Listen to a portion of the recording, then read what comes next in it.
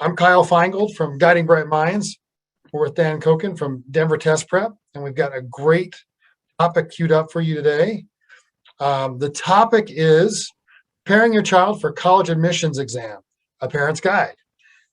So before we get started, I just want to talk a little bit about Guiding Bright Minds, introduce myself, and then I'm going to introduce Dan, and we're going to dive into the meat of our presentation today. So again, we are at Series 16, and I should say formal welcome to Webinar 16, Preparing Your Child for College Admissions Exams, a Parent's Guide, with Dan Koken, founder of Denver Test Prep.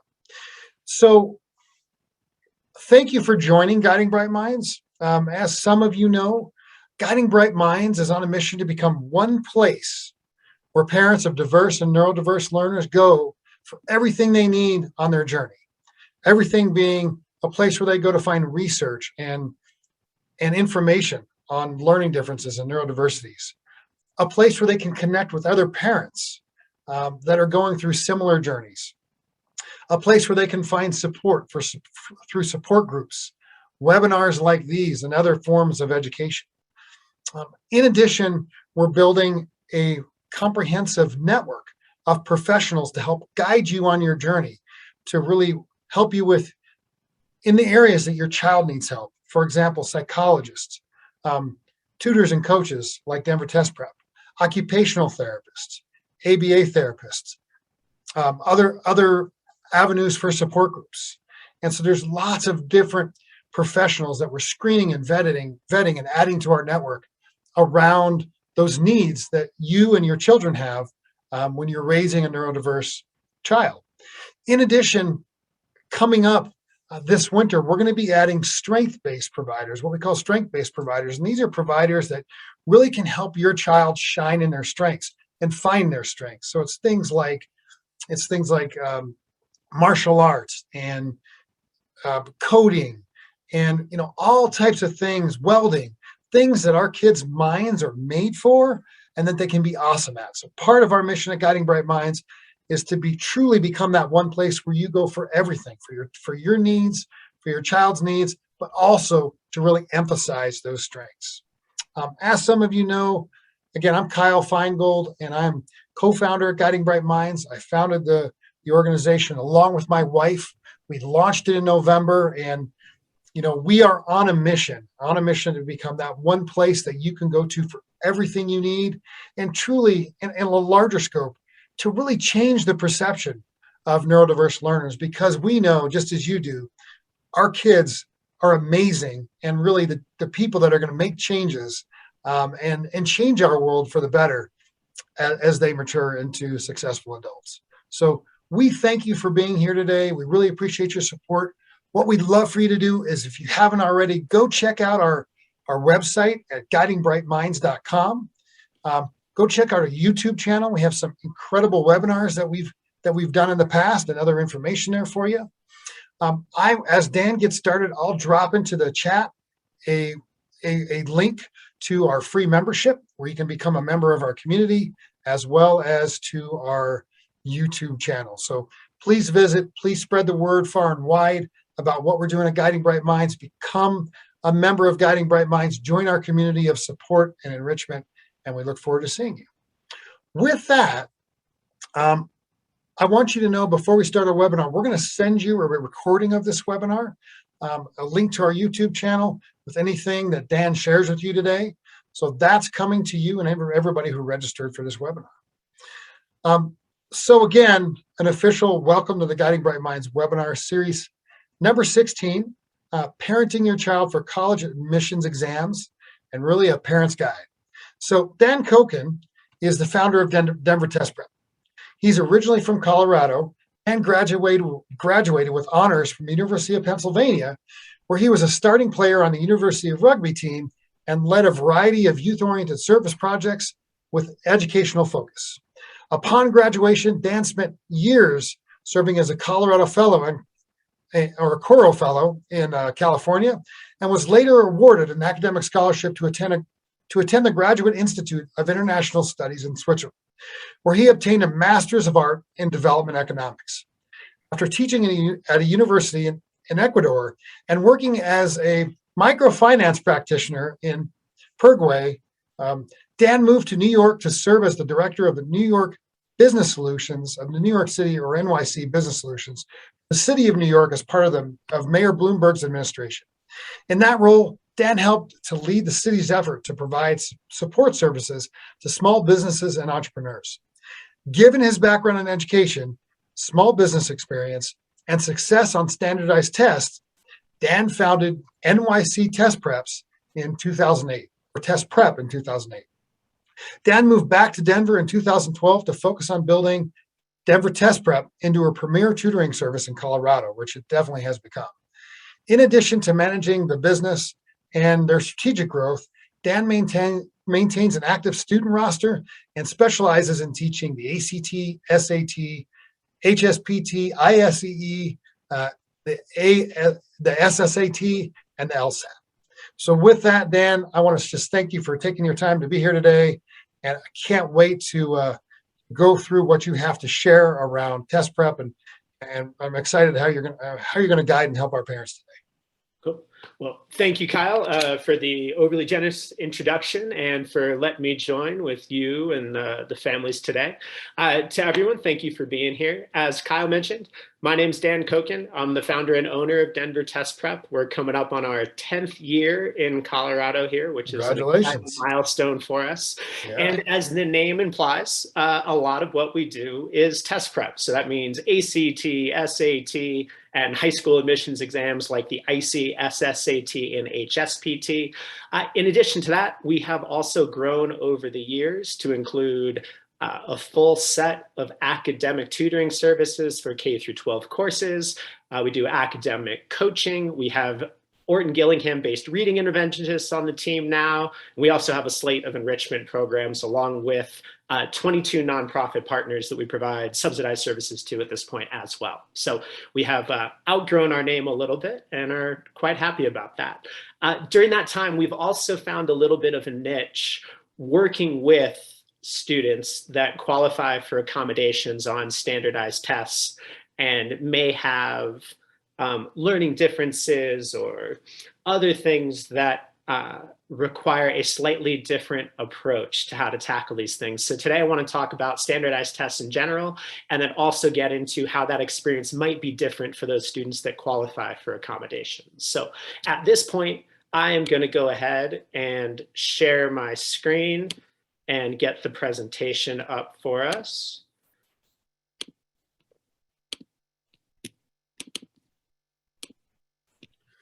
And then Kyle, you can confirm that everybody can now see the presentation that is loading.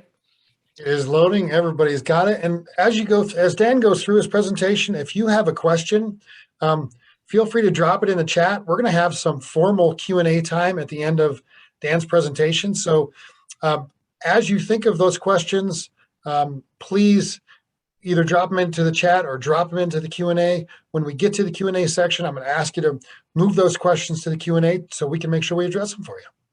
Perfect. All right. Sounds good, Kyle. And Kyle, you just stop me along the way if anyone has a pressing one that comes up on a particular slide. So got it.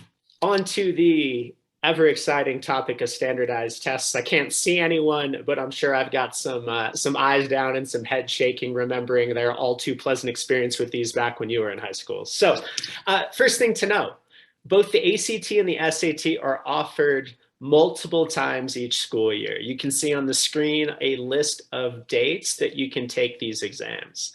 These are the national test dates, meaning that on all of these dates, you can take the ACT or SAT at a variety of different school locations. Both organizations partner with public schools to offer those tests on those national test dates. If you attend a private school, they may also arrange their own individual test dates that are different from these that you'll find on your school calendar. So check with your school if you are at a private high school right now. You'll also note that for the SAT, the state of Colorado has a contract with the SAT to offer the SAT for free to all public high school students in April. This is a test date you will not need to register for independently if you are a junior at a public high school in Colorado. they will automatically set you up for this. One of the first things that I always talk with my students about at the beginning of a tutoring program, and that I think is important to talk about with parents as well, is to really understand, how does the scoring system work? Now, I imagine a lot of you have some knowledge of that 36 max on the ACT or the 1600 on the SAT. But as a partner to your student that may be going through this process and have a bit of anxiety about what score they need to get for schools, I think it's important for everybody to understand how you will actually get that score. So on both tests, you'll actually get 3 types of scores. You will get a raw score, a percentile score, and a scaled score. Now, the raw score is just the number of questions that you get correct on a given section. So for example, the ACT English section has 75 questions. If you get 65 questions correct, you will have a raw score of 65. Now, for those of you in the room who are in the same age range as me and in the same age range as Kyle, you may remember that the scoring on the SAT used to have a penalty if you got something wrong. That is no longer the case. What that means for your student is that they should never, ever leave a question blank, right? There's no penalty for guessing. So you might as well bubble everything in if you run out of time or don't understand the question, because at least you have a chance at getting it right. And the computer and the college will never know if you really knew the answer to question 47 or you just guessed B and got lucky. Cool. So again, raw score, just the number of questions you get correct. The second score, which in a lot of ways is the most important score, is the percentile score. This is a measure of how you perform relative to other students on that section on that day. So if you score in the 95th percentile, you did better than 95% of the test takers. If you scored in the 2nd percentile, it wasn't as good of a day. Right? Now, the reason why this percentile score is in many ways the most important one is that the percentile score is what determines your scaled score. Now, that scaled score is the number out of 36 on the ACT and the number out of 1600 on the SAT that you're going to see on college websites. Your student might hear talked about in the hallways at their school if somebody is being obnoxious, that kind of thing. Now, on the ACT, you will get a score out of 36 on each of the 4 sections, which are English, math, reading, and science. On the SAT, you get a scaled score out of 800 on the verbal, which is a combination of grammar and reading, technically called the writing and language section and the reading and comprehension section. And then you also get a score out of 800 on the math. That is going to be a combination of a no calculator math section and a calculator math section. Here are a few key takeaways from all this for me and for my students. Somewhat counterintuitively, I want students to send me a text after their first exam that says, Dan, that was the hardest ACT exam I've ever seen in my entire life. Now, why? Well, here's why. Remember, the score that matters the most is that percentile score, which is a measure of how you perform relative to other people.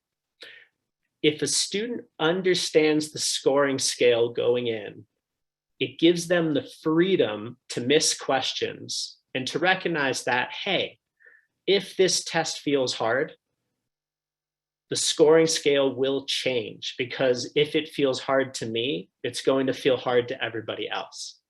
Now, why that is so important is that these tests are difficult enough that you can miss plenty of questions and still get a great score. What you cannot afford to do is have a question beat you twice. If you get the question wrong, it beats you once. If you get it wrong and you get down on yourself, you spend 5 minutes on that question trying to figure it out, you start to be worried and stressed after you leave that question, then it has beat you twice. And what we want our students to do is to understand, hey, the scoring scale is going to shift based on how hard this test is this day. So I don't have to worry so much if I miss a few hard questions early on. I just got to keep moving forward.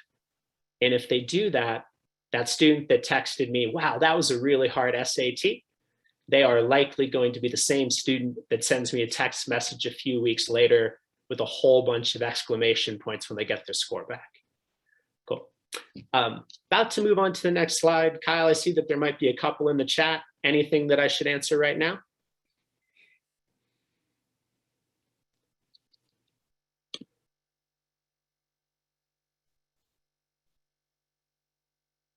Sorry, Dan, I was talking to myself. They're on mute. Okay.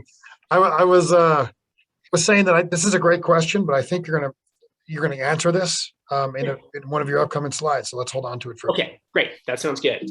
So moving on to our next slide here. Now you can just see in some more detail what I was talking about earlier in terms of the scoring scale and the way it's broken out. So top part, we already talked about briefly.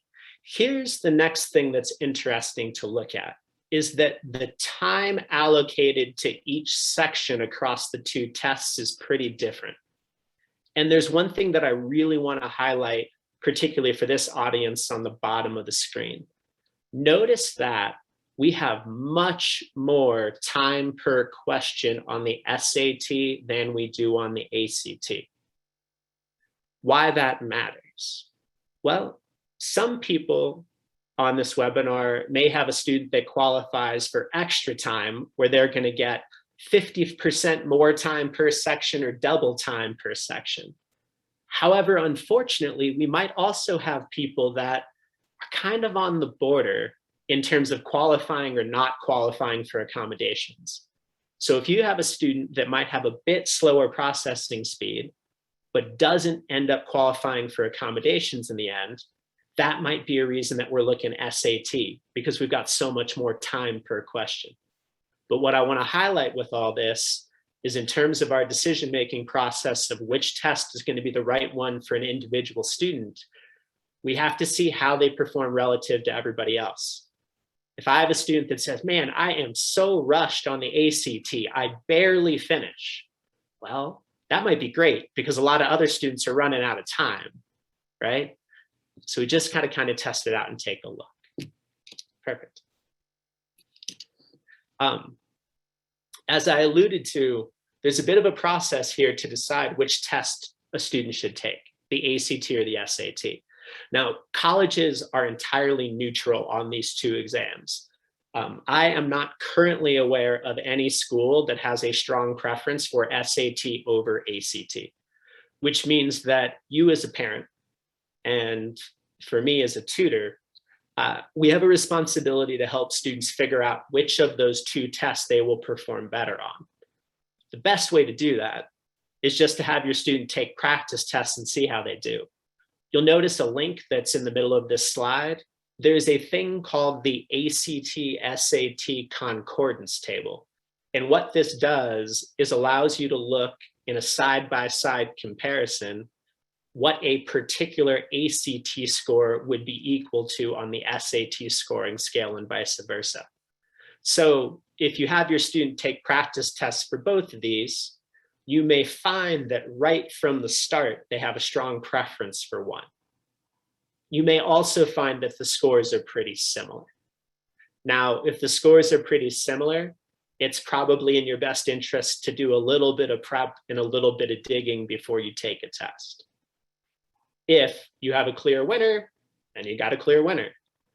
I would also encourage families to make choices based on what is right for their student and not to feel stuck doing where the test that the school is pushing for, right? If you are at a public high school in Colorado, there will be some momentum around the spring SAT that they know all of their juniors are taking. That's fine, but if your kid is an ACT kid, then your kid is an ACT kid. And you should not be overly concerned about that SAT exam they'll see. You are able to control the process around what scores colleges see. And you may even be able to opt out of that statewide test if you decide you're an ACT person and your school is SAT.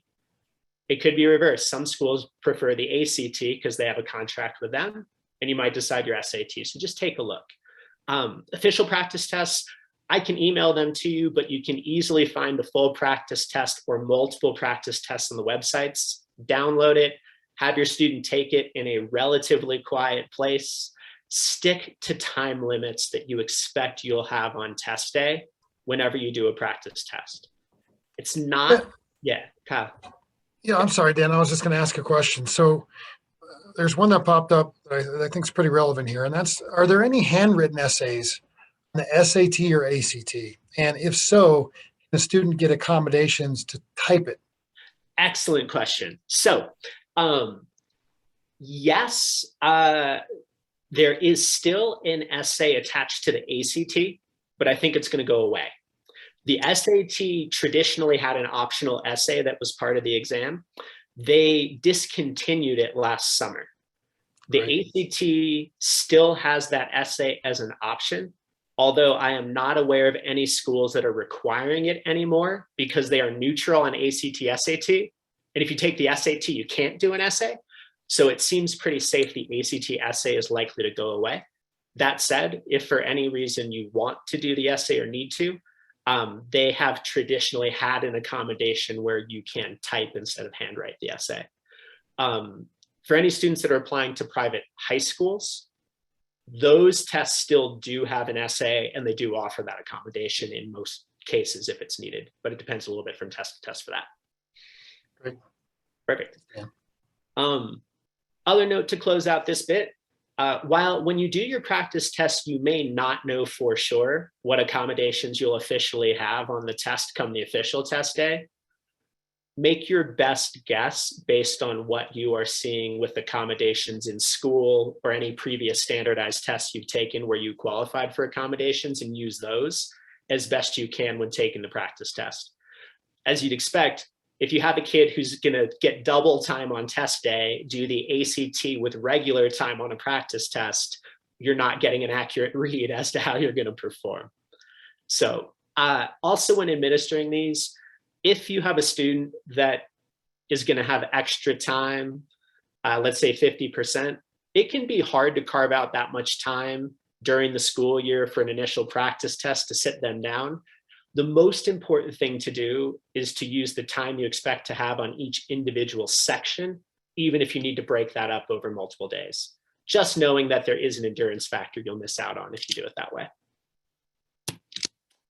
So again, I would always say take the practice test and get real data, because you might be surprised by the results relative to what you expect. But to give you some sense, SAT, harder questions, more time per question when you don't have accommodations. ACT is more direct, but less time per question. The ACT science section is the most unique section. It is very different than anything you see on the SAT. So how a student performs on that can oftentimes be a decision maker for us about which direction we're going to go. The other thing to note is you'll see on the bottom, ACT, we have one math section. So that means 25% of your total composite score, that score out of 36 is math, versus the SAT is 50%. So if math is your best subject or math is your enemy, that might have some impact as to which test you're going to like best. Cool. Dan, I wanted to ask one more question that came up. Yeah. In regards to the essay. So for the ACT essay, is there a speech to text accommodation that's available if they wanted to do that? Do you know? Oh, for the essay? Yep. It's a good question. Maybe. They've changed their accommodation system pretty significantly this year. I haven't had anyone use that yet, but it's possible. Traditionally, where you end up with more significant accommodation is around having a reader or having an audio copy of the test that you can use while you're doing the 4 multiple choice sections. Gotcha. In terms of the essay, I'm not sure what they'll be offering this year, in part because I think few people will end up taking it. Yeah, great question. Great. Other questions from that? Okay. That was it for now. Great. moving on. When should you take tests? The short answer, take tests when you have the capacity to prepare for them, and it's early enough to have your scores done before you need to submit your applications. That's going to be a different timeline for different kids. Now, junior year is the traditional time to take the exam for the first time. Most kids will do that second semester of junior year, and then that gives them an opportunity to take the test a second or a third time at the end of second semester, summer, or fall of senior year. Although other students may choose to go earlier than that. So biggest things, when do you have time to do the work, right? If you are a highly competitive baseball player that travels all spring and is barely keeping up with your schoolwork, then maybe you want to get an early jump on this or do it a bit later, right? The other academic determining factor for us is what level math class are you taking? The ACT and the SAT both include a fair amount of Algebra 2 and a tiny bit of trig. So what that means is that for most students, it is in their best interest to at least have had one semester of Algebra 2, ideally a little bit more than that, before they start preparing too heavily for these tests. Otherwise, independent study or tutoring will involve a lot of pre-teaching Algebra 2 concepts that they might learn in the classroom. Some families elect to go that route anyways, but it's going to slow down your prep process. And if you're using a tutor or a class, it's going to make it more expensive because they're doing things that you might be able to get through your normal math teaching. If you are through Algebra 2, meaning you're on the advanced math track, so advanced math students are oftentimes completing Algebra 2 during their sophomore year, you then have a world of options in terms of when you can prepare for and take these tests. Now, coming back to the science section, the ACT science section does not directly test science very much. It is much more understanding passages, charts, graphs, tables, and figures with science as the backdrop than it is knowing things from your chemistry course. So a lot of times you might have a kid who's an advanced math student, but they're taking chemistry for the first time as a junior. That is unlikely to have much impact on their ACT score. So really the math class is the one where sequential content we would expect to see has an impact on our timeline for when we can reasonably start preparing for the test. Other ones, you might end up with a wonderful English teacher that magically teaches you grammar junior year that you've never learned before, but there's nothing in the curriculum that says you will not have seen the stuff you need to before that point. Other things to think about, if you have a competitive athlete in the household, sometimes college recruiting processes start early and coaches start asking for initial scores much earlier than other people need them. Other things are sometimes you have a student who just academically or maturity level wise is not ready to really do this until they've completed junior year. That is entirely okay. The only thing to be thoughtful about with that is that you will then have limited test dates late summer and fall, and having fewer test dates can increase the pressure and the risk on these tests, which can already be quite stressful, because then you don't have the cushion of a bunch of other opportunities to take it if it doesn't go well. Great advice. Cool. Most students should plan on taking the test 2 or 3 times. Here's why. Now, the goal is to always go in for your first test, nail it, get the score that you've always hoped you would get, and be done with all this nonsense on the sooner side. The reality is students typically will benefit from taking it a few times.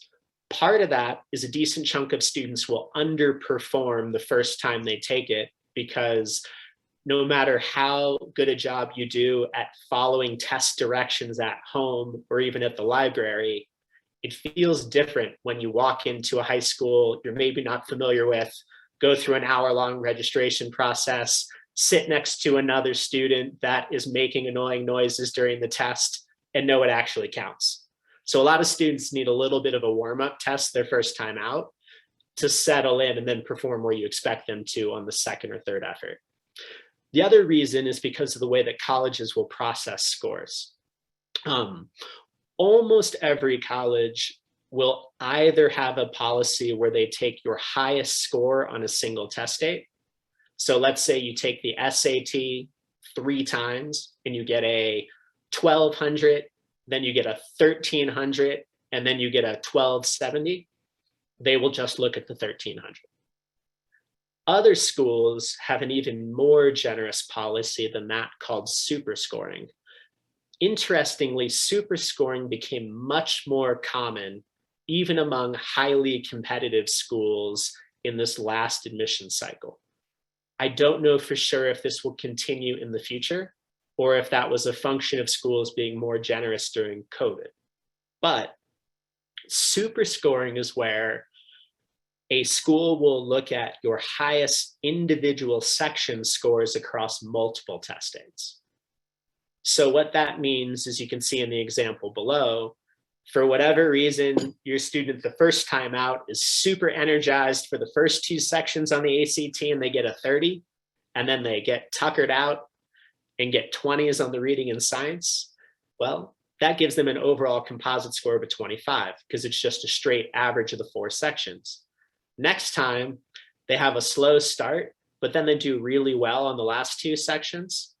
Again, composite score of a 25.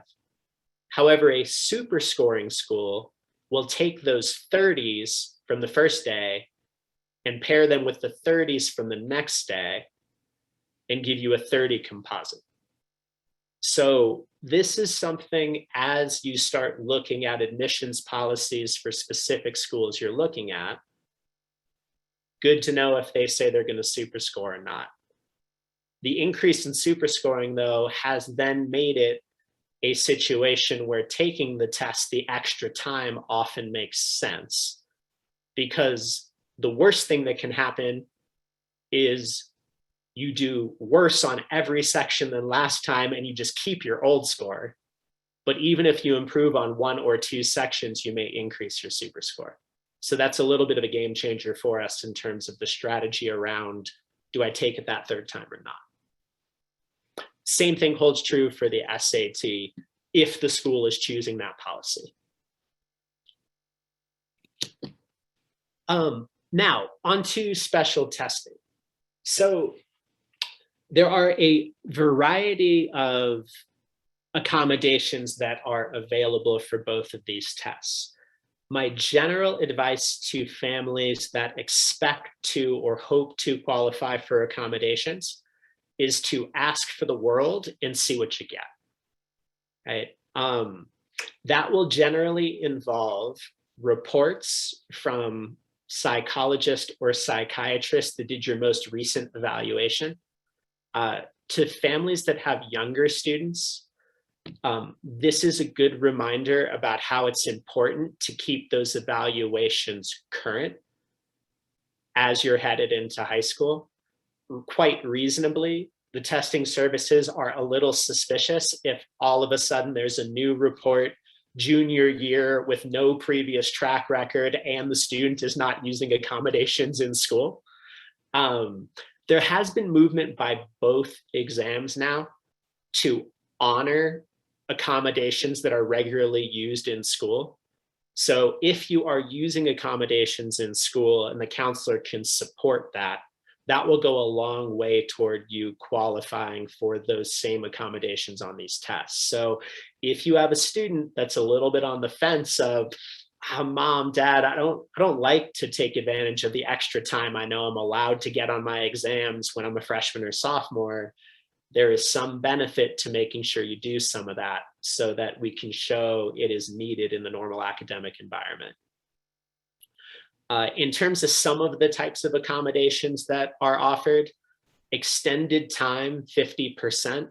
That is the most common accommodation and the easiest one to get. That is also one that is normally offered at national testing centers, meaning there will be a couple of classrooms allocated to students at Cherry Creek High School on the ACT national test date for students that get 50% extra time. Now, the next higher level of accommodations, which will typically be the double time, testing over multiple days, use of a reader or a recording, alternate test formats, that's going to fall under special testing specifically. That is normally administered by a designated person at your school. So depending on what accommodations you are approved for, you may end up in a small testing room or individual room with a person at the school, or you might end up in a larger classroom with 10 to 20 students taking the test spaced a desk apart at a national testing site.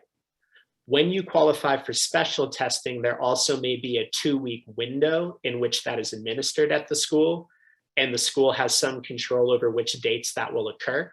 So your test dates might shift a little bit if you end up with the special testing through your school. Key thing with this, start the process earlier than you plan to really take the test. Partner with your counselor, psychologist, and/or psychiatrist that's involved. Get all that documentation over to ACT or SAT. And to help build a track record in advance of using the accommodations is oftentimes important for making sure you get them down the line. Last note on this, if you get an accommodation for extra time, our data shows that about 70% of students will do better on the ACT than the SAT when they get extra time on both. The reason for that goes back to the slide we talked about earlier, where we indicated that the ACT time constraints are much tighter for regular time. Students with accommodations are compared against the full population of students, meaning it's a greater relative advantage to have extra time on the ACT than it is the SAT. And the ACT is partially designed to make things tough under tight time limits. So when we loosen or remove that barrier, we traditionally will see a little bit bigger increase in score. But again, that's a 70-30 split, not a 100-0 split. So you still got to check out those practice tests and see what's right for your kid. Yeah, so I wanted to get to one question, Dan. Yeah. And that is, question is, do colleges know if a student takes the test with accommodations? And do colleges knock an applicant for having accommodations? My understanding at this point in time is that there's nothing on the score report that would indicate it. And I don't think colleges will knock you for it. There is a decision to be made in your application process. And while we help students get ready for these tests and prepare for college, I am not an admissions consultant. There are people that do that professionally, and there's great counselors at schools, so talk to them. But a question worth asking them, and a question thinking through as a family, do I want to send my kid to a college that would knock me for that and won't have the right resources to support my kid when they get there? So I think oftentimes transparency is useful for making sure you get the right match. And I also think that colleges respect kids that persevere, right? So if you have good grades and you've had to overcome something that other high school kids haven't, that shows grit, and schools like grit. Yeah. Very cool. Thanks, Dan. So again, we jumped into this a little bit. One thing I will add though, and talk with your counselor about this at the school, that will help you to manage the application process for accommodations. My experience, and again, I'm attached to this, but a little bit outside of it, because understandably, they don't want your SAT tutor writing a letter to say, hey, give my SAT student who I'm getting paid to help to get a higher score accommodations, right? They're not going to listen to me on that, so I'm a little bit removed. But what I've seen is that it can sometimes be helpful to register for a test date you have no intention of really taking. Submit your documentation, because they will get back to you faster when they know that you have a test date coming in 2 months than if you have no date on the calendar, and then just pay the test date change fee if you need to. So check with your counselor to see if that is what they are seeing this school year, because it's early in the school year and it's hard to tell. And if you've got younger kids, it might be different next school year. But those are things to be mindful of, that you may decide that, the $50, $60 registration fee and then the $30, $40 change fee is worth it, because you want answers and you want time to appeal if you don't get a decision you like on special testing. So I wouldn't wait to do this in the last minute, and you might light a fire a little bit for them if you sign up for a date that's a little on the early side. Perfect. Oh, test optional policies. This is a question I get much, much more now than I ever did in the past. And it's a really good question, and unfortunately one that I have to give a little bit of a wishy-washy answer to, because it's new and we don't know what policies will be for schools come springtime when they announce what you're doing for next year. And unfortunately, you might be starting, your testing process before that. So test optional, what does it mean?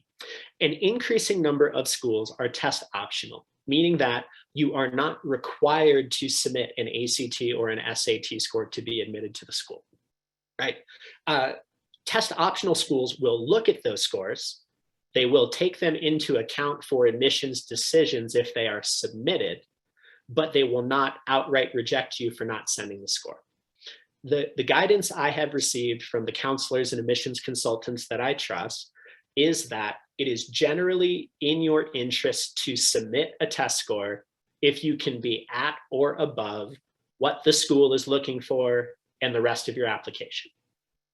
However, if you have a kid with a 4.3 weighted GPA and an 18 ACT score, and we just don't think it's getting much higher than that, then you don't want to include the score to a test optional place. So if the score is a noticeable weak point, skip this process, don't mess with it.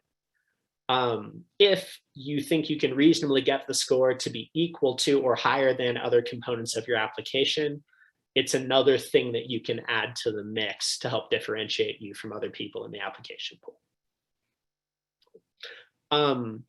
There are now some schools that are test blind. The main place where this is true, which was a huge news announcement, is the University of California system is now test blind, meaning they will not look at your ACT and SAT scores. So they are saying, do not send them. We do not want them. That is not part of our admissions process. So if you're applying to University of California school, then you're not sending them anyways. The other thing you might do is you may find that you have some schools that require the ACT, some that are test optional, and one that's test blind. Well, then you send it to the required school, decide if you want to or don't want to send it to the test optional schools, and then the test blind place won't take it anyways. And you control which scores they see.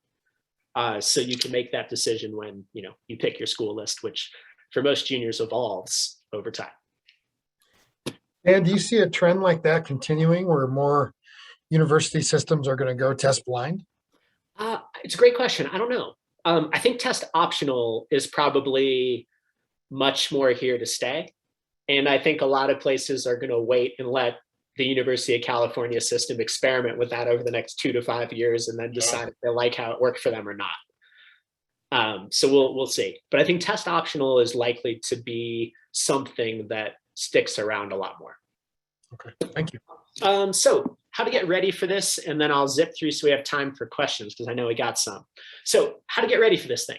So first, again, I know I've said it 3 times, 4 times, 5 times, take practice tests, see where your starting point is, see how far you need to go and which tests might be the right fit. Most students will start preparing somewhere in the neighborhood of 3 to 4 months before the first planned test date. That's a pretty safe range. Oftentimes you may not need to start preparing for that full timeline, but it's good to know early on if you've got a big project ahead of you, because it's a lot easier to slow down than it is to speed up. Cool. In terms of the ways that you can prep, independent study, plenty of students do that. It works well. Khan Academy is a great free resource, particularly for students doing the SAT. Lots of good prep books out there. Group course, individual tutor. For this audience, I feel like the group course is less likely to be the right place to go. by definition, when you put 20 kids in a room, you teach to the mythical average student that learns in the average way. And if you are a neurodiverse learner, you probably need something customized that's either with the help of a one-on-one tutor or you independently knowing what you need. So I probably wouldn't do the big group class too often with this crowd. And I think that's what I got for the summary part, which I think puts us pretty on time with our plan of having 10 to 15 minutes for questions. I can certainly talk more, but I'd rather hear questions about what you all would like me to talk about than to guess. Awesome. And yeah, so as you come up with questions and you're thinking about the information shared, please go ahead and drop that in the Q&A. I'd appreciate it. We have about 15 minutes to address questions. So Dan, we don't have any questions that we haven't addressed actually yet. I'm sure we'll get a few. Sure. But you know what, I guess if as somebody who came to this looking for some information specific to their child, their neurodiverse child, if I walk away with one thing, what would be the one thing that you would want me to walk away from?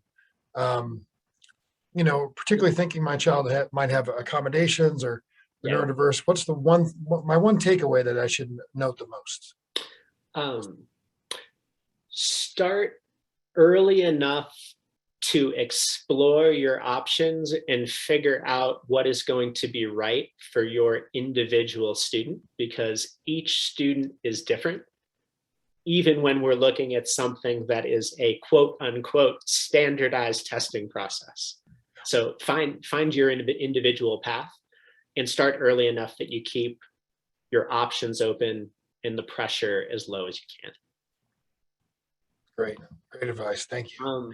I guess one other thing I may add, if there's still no, it looks like questions might be coming in. Yep, we've got some questions coming in. Is that this is important for, I think, everyone to think about.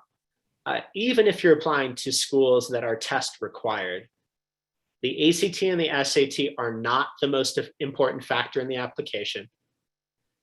ACT, SAT prep should not be your son or daughter's first full-time job, right? Let's try to manage expectations both for parents and students that this is one piece of the puzzle. You can work hard and improve at it, but this will not define you. This will not be the one thing that determines whether or not you're going to college. Important enough to do some work, but not important enough to stress out too much. Great. Hey, just a note I had a few people chime in that they're having a tough time seeing the slides, particularly on cell phones. So we are going to send out a recording of this. So you'll be able to see that again. And Dan, I think we're gonna send out a copy of the slides if that's okay with you as well. Yeah, that'd be totally fine. Perfect. I'm supportive of sharing in whatever way is most helpful. Awesome. Thank you. All right. So here's a question. Well, what about the PSAT for a National Merit Scholarship? How does that play in? Perfect. That's a great question. So for students that are currently juniors, they likely have the PSAT coming up quite soon, and that you're going to have the PSAT in the next week. So here's what the PSAT is for. For almost everyone, the PSAT is a practice test that helps you to simulate what the SAT experience will be like, and nobody will ever see your scores. For a very limited group of very high achieving students, those students that are going to score in roughly the top 1% of test takers on the PSAT, that score may qualify them for national merit. So what national merit will do is it will involve a relatively small amount of direct scholarship money. Now, again, any money you can get towards paying for college is meaningful, but this is not a full ride scholarship that they're giving you. I think oftentimes it's around $5,000, which is great, but unfortunately not the full cost of tuition these days. However, what it also does is it may qualify you for other scholarship programs that are administered by individual universities and colleges geared towards national merit qualifying students that can be worth a lot more money to you. Maybe it's a state school that will give you in-state tuition instead of out-of-state tuition or things like that. The other thing it does is it will put you in a search service if you opt in, where you may get contacted fairly passively by schools about, application fee waivers and encouraging you to apply for a variety of programs.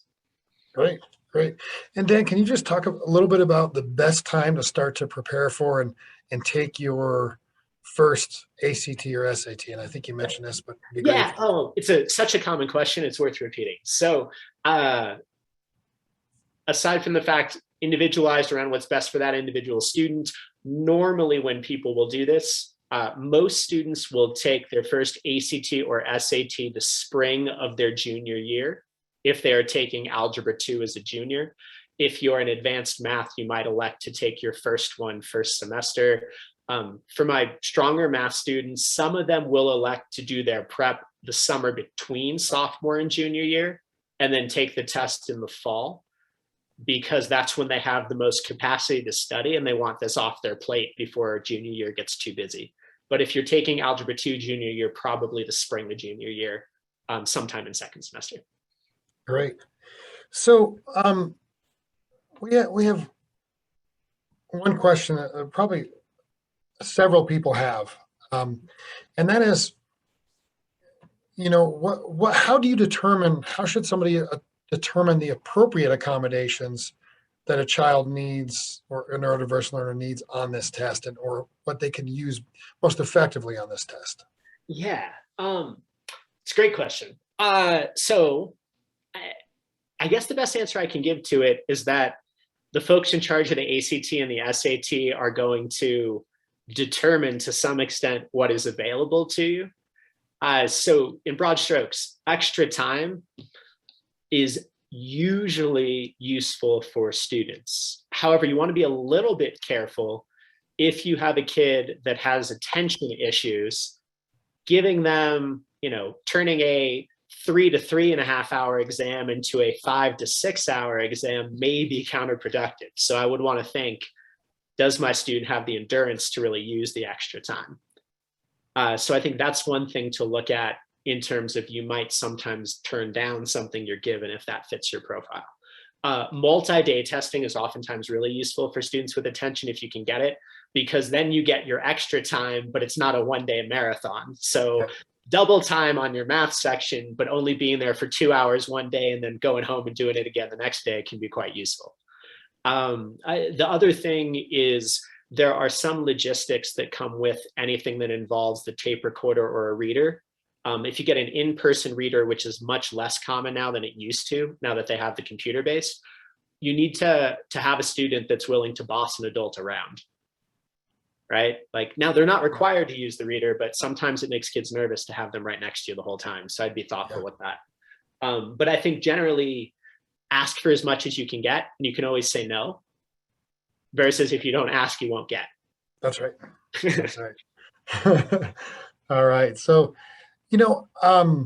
I've seen students study for students that have accommodations, study and practice the SAT and ACT without simulating those accommodations. Do you think to what degree do you think students should be simulating those accommodations as they practice for the test?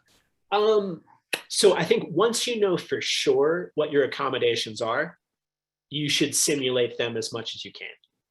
And here's my thinking behind that. So particularly with extra time, we are going to train students to approach a reading passage in two somewhat different ways on different question types if we know we've got double time versus we have regular time, right? Like, I may tell you, skip this question and come back to it because I know it's a big time suck. Or I might say, great, this is your best question because you can now spend 3 minutes solving it, and you just need to find the word in the passage and take your time doing so. So to that end, I would simulate it as much as you can. Now, that's going to get tougher if you have a reader, right? Like, mom and dad might not be available, or you might not want to hire a tutor to act as the reader at all times when you're doing practice.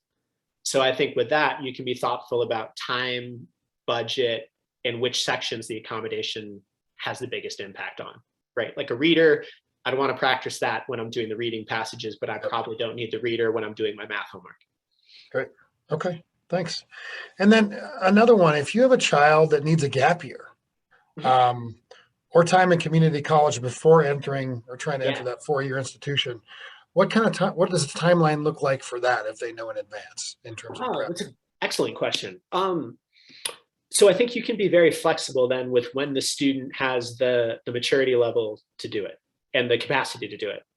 Um, and also because you can build the scores over time, it might be in your interest to do an early one and then kind of see. Like maybe you do the junior year spring one, see how it goes, and then use that as a guide. The other thing to be mindful of, and this will be an area I'm a little bit less familiar with, is that gap year versus community college might be different.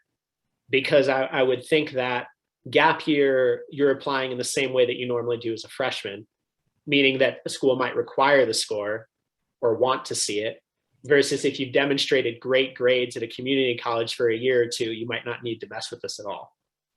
So, it might be a combination of test the waters to see what score you have and how ready you are.